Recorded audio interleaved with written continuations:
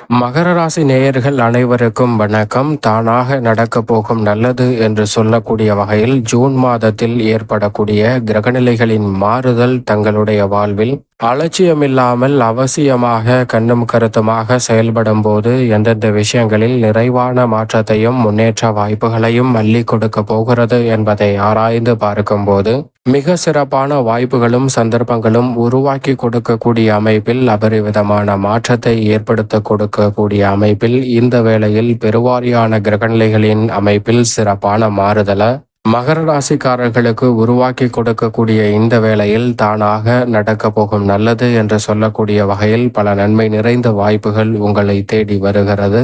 ஆனால் அதே சமயத்தில் நவகிரகம் என்று சொல்லக்கூடிய 9 கிரகநிலைகளுமே சாதகமாக வலம் வருமா என்று கேட்டால் நிச்சயமாக இல்லை. சாதகமற்ற சூழலையும் உருவாக்கும் என்பதுதான் யதார்த்தமான உண்மையாக பார்க்கப்படுகிறது.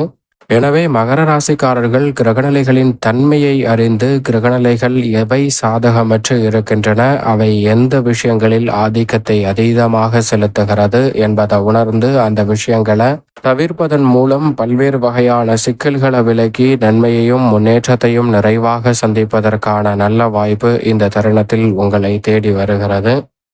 மேலும் மிகப்பெரிய அளவிலான காரிய தடை, சிரமம், சிக்கல் என்று இருக்கக்கூடிய அத்தனை காரியங்களையும் விலக்கி நன்மையையும் முன்னேற்றத்தையும் இந்த வேளையில் சந்திப்பதற்கான அற்புதமான வாய்ப்பு எந்தெந்த விஷயங்களில் நிறைவாக கிடைக்க போகிறது என்பதை ஆராய்ந்து பார்க்கும்போது உறுதியாகவே மகர ராசிக்காரர்களுக்கு 7.5 சனி நிவர்த்தியடைந்த பலனை ராசியின் அதிபதியான சனி பகவான் திருக்கணிதத்தின்படி கொடுக்க ஆரம்பித்து விட்டார். ஆனால் முழுமையாக வாக்கிய பஞ்சாகமத்தின்படி 7.5 சனி நிவர்த்தி அடையவில்லை. பாத சனியாக ஆட்சி பலம் பெற்று இறுதி தருவாயில் வலம் வந்து கொண்டிருக்கிறார். எப்படி பார்த்தாலும் ராசியின் அதிபதியான சனியின் அமைப்பால் உறுதியாக மிக பெரிய அளவுல சிரமங்கள், சிக்கல்கள் குறையக்கூடிய அற்புதமான தருணமாக தான் அமைகிறது. எனவே தானாகவே பல நல்ல வாய்ப்புகள் இந்த வேளையில் ராசியின் அதிபதியான சனி ஆளுமையும் அதிகாரமும் அதீதமாக செலுத்தக்கூடிய உத்தியோகம், தொழில் ரீதியான பணிகளில் நிறைவான மாற்றத்தை நிச்சயமாக சந்திக்க முடியும். அது மட்டுமல்லாது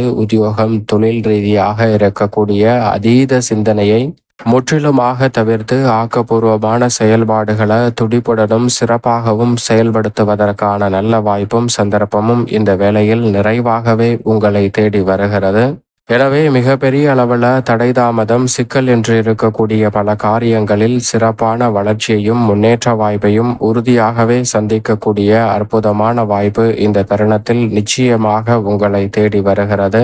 அது மட்டுமல்லாது பல வருடங்களுக்கு பிறகு பாத சனியாக வலம் வரக்கூடிய சனியுடன் இணைந்து ராகுவும் வலுப்படுத்துகிறார். ராசிக்கு சகாயமானவராக இருக்கக்கூடிய ராகுவுடன் சனி இணைய இந்த கூடிய தருணம் பல்வேறு வகையில சிறு முயற்சி கூட நிரந்தர வேலை வாய்ப்பு, நிரந்தர வருமானம் என்று சொல்லக்கூடிய வகையில் மிக சிறப்பான வாய்ப்புகளையும் சந்தர்ப்பங்களையும் உருவாக்கி கொடுக்கிறது. எனவே பல்வேறு வகையான காரியங்கள் இந்த தருணத்தில் தவிடுபடியாவதோடு முன்னேற்றத்தையும் வளர்ச்சியையும் நிறைவாக சந்திப்பதற்கான முதன்மையான யோகம் உறுதியாகவே மகர ராசிக்காரர்களை தேடி வருகிறது என்பதில் சந்தேகமே இல்லை. இந்த தருணத்தை சற்று சாதகமாக விழிப்புணர்வுடன் பயன்படுத்தி கொள்ள வேண்டும் என்பதை மோட்சக்காரகரான கேது அஷ்டமத்தில் நிலை கொண்டிருப்பதால் உறுதிப்படுத்துகிறார். கேது அஷ்டமத்தில் இருப்பது உறுதியாகவே சாதகமற்ற அமைப்பாக தான் பார்க்கப்படுகிறது. எனவே இந்த வேளையில் எதிர்மறையான சிந்தனை, கற்பனையான பயம், அச்சம் போன்றவை சற்று அதிகரிப்பதற்கான சூழல் கேதுவின் அமைப்பால் உள்ளது என்பதுதான் யதார்த்தமான உண்மை.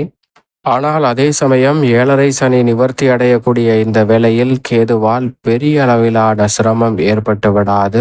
ஓவர் திங்கிங் என்று சொல்லக்கூடிய அதீத சிந்தனையால் சில குழப்பங்கள் வரலாம். எனவே எந்த ஒரு பணியை மேற்கொண்டாலும் நிச்சயமாக அதில் திட்டமிடுதலும் அலசி ஆராய்ந்து பார்த்தலும் மிக முக்கியமான ஒன்று. ஆனால் அதை பற்றியே அதீதமான கற்பனையான சிந்தனைக்குள் செல்வதை தவிர்த்தாலே அலட்சியமில்லாமல் நல்ல முன்னேற்ற வாய்ப்புகளை உறுதியாகவே மகர ராசிக்காரர்கள் சந்திப்பதற்கான யோகம் நிச்சயமாக சனி, ராகு, கேதுவின் அமைப்பால் நிறைவாக உங்களை தேடி வரும் என்பதில் சந்தேகமே இல்லை.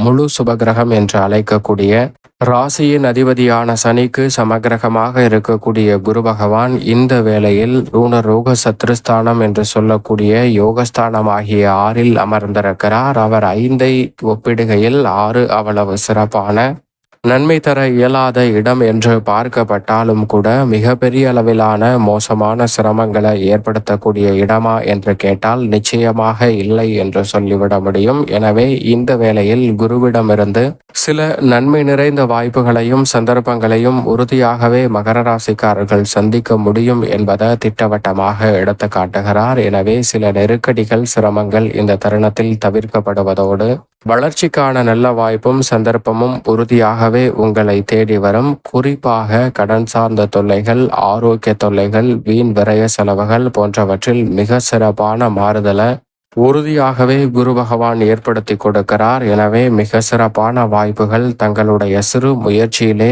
உங்களை தேடி வரும். அதோடு மட்டுமல்லாது மிக வலுவாக சப்தமத்தில் வலம் வரக்கூடிய ராசியின் உச்ச அதிபதியாக இருக்கக்கூடிய செவ்வாய் பல மாதங்களாக நீச்சம் பெற்ற அமைப்பில் வலம் வரக்கூடிய இந்த வேளையில் அவர் 8ஆம் தேதிக்கு பிறகு 8ஆம் இடமான அஷ்டமத்தில் நுழைகிறார். அஷ்டமத்தில் நுழைவது சற்று சாதகமற்ற சூழலை உருவாக்கினாலும் கூட நீச்சம் பெற்று இருப்பதை காட்டிலும் அஷ்டமத்தில் இருப்பதால் அலைச்சல் சிரமம் அதிகரித்தாலும் கூட அதற்கு ஏற்ற ஆதாயம் நிறைவாக உங்களை தேடி வரும். நினைப்பதை காட்டிலும் விரைவாகவும் துல்லியமாகவும் பல பணிகளை திறன்பட செய்து முடிக்கக்கூடிய நல்ல சந்தர்ப்பம் நிச்சயமாக உங்களை தேடி வரும் என்பதை திட்டவட்டமாக உறுதிப்படுத்தி கொடுக்கிறார். எனவே இந்த வேலையை நுணுக்கமாக தவறவிடாமல் சரியான முறையில் பயன்படுத்தி கொண்டால் அபரிவிதமான வளர்ச்சியும் முன்னேற்ற வாய்ப்புகளும் மிக பெரிய அளவிலான நெருக்கடிகளும் தவிர்த்து விரைவான மாற்றத்தை சந்திப்பதற்கான சூழல் செவ்வாயின் அமைப்பால் கிடைக்கும். சுக்கிரன் இந்த தருணத்தில் 4ல் பலம் பெறுகிறார். இறுதியில் 5ல் ஆட்சி பலம் பெறுகிறார்.